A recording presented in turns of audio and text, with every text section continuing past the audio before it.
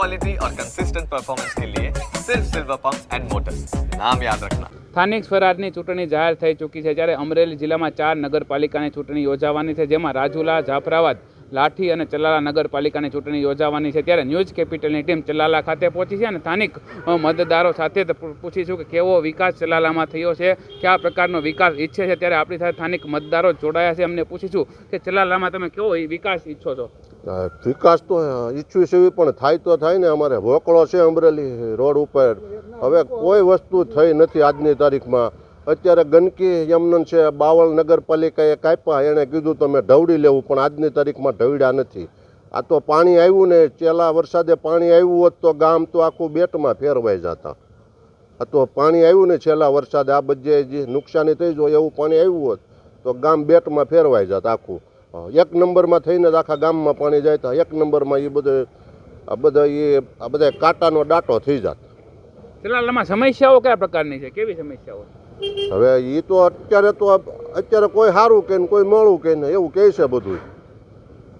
આપણી સાથે અન્ય એક મતદાર જોડાયા છે, તમને પૂછ્યું આપણે ચલાલામાં કેવો વિકાસ ઈચ્છો છો અને કયા પ્રકારની સમસ્યાઓ છે? સમસ્યા તો બહુ બધી છે, પણ અત્યારે ચલાલાની અંદર પહેલા નંબર વિકાસની વાત કરીએ તો વિકાસમાં અત્યારે જરૂરિયાત મુજબ અમારે સિનિયર સિટીઝન પાર્કની બહુ મોટી જરૂરત છે. ગાર્ડન, કારણ કે અલગ અલગ વિસ્તાર એવડું મોટું ગામ છે તો એની અંદર આવી સુવિધા હોવી જોઈએ, જે તે નગરપાલિકામાં હરેક ગામોમાં છે એવી ચલાલામાં નથી.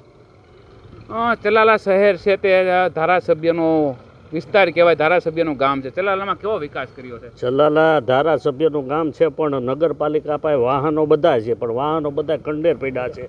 એને હિસાબે ચલાલા નગરપાલિકાનો વિકાસ થતો નથી. રસ્તા જોવો તો બધે ધૂળ ઉડતી હોય એવા છે. અને ગંદકીનું તો તમે મેઇન રોડ ઉપર હાલો તો મેઇન રોડ ઉપર હું તમને બાવળ બતાવું. મેઇન રોડ ઉપર SBI સામે જાઓ, BOB સામે, તો રોડ ઉપર બાવળને ખાડા જોવા મળે છે, બરાબર. અને હોકળો તો ની ગ્રાન્ટ આવેલી, પણ એ ગ્રાન્ટ પાછી વહી ગયા બાંધવામાં હિસાબે.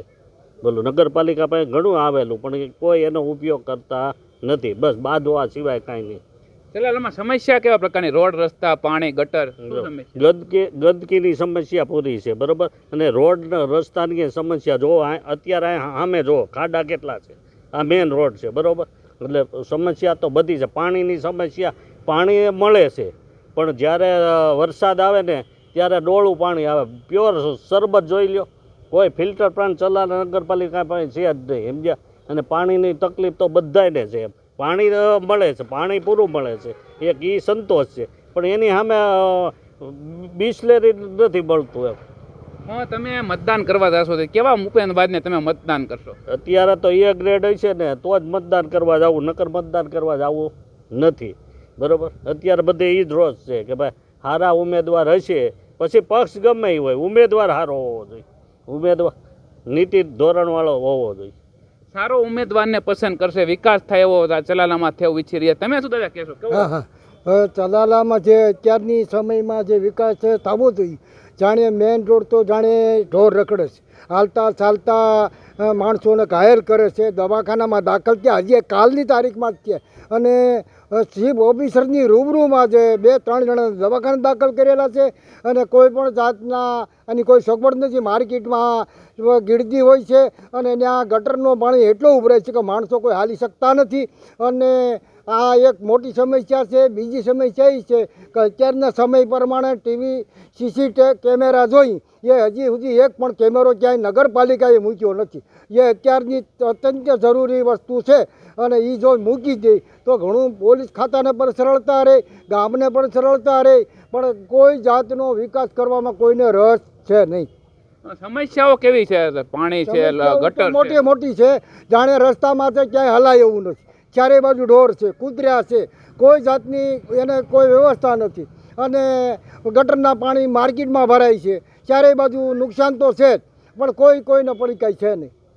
તમે આવતા સમયમાં વિકાસ ચલાલા શહેરમાં કેવો ઈચ્છો? વિકાસ તો ઘણા સૌને આશા હોય સારા, પણ જો ઉમેદવાર સારા હોય તો આ વિકાસ કરી. કારણ કે બધાએ 2-3 વાર ખાઈ ગયેલા હોય, કટકી ખાઈ ગયેલા હોય ને પાછળ હળી ગયા છે, એની સિવાય બીજા કોઈ લેતા નથી. અને સારા ઉમેદવારને ટિકિટ આપતા નથી. અને જે એના છે આંગળી ઊંચી કરનારા એને ટિકિટ લોકો આપે. અને એમાં બીજા કોઈ સારા ખાનદાન માણસો આવી શકતા નથી. ગઈ ટર્મમાં આ ભાજપની જે સત્તા હતી, આ ધારાસભ્યનું હોમ ટાઉન કહેવાય, કેવો વિકાસ? ધારાસભ્યનું હોમ ટાઉન છે, ધારાસભ્ય પણ અહીંના છે, પણ છતાંય ધારાસભ્ય બધું જાણે છે, પણ ધારાસભ્યનું કાંઈ હાલતું નથી. એટલું બધું બાધાબૂત છે કે એમાં ધારાસભ્ય કાંઈ બોલી શકતા નથી. અને છેલ્લા 10 વર્ષથી એક જ ટર્મ છે, એક જ પક્ષની નગરપાલિકા છે.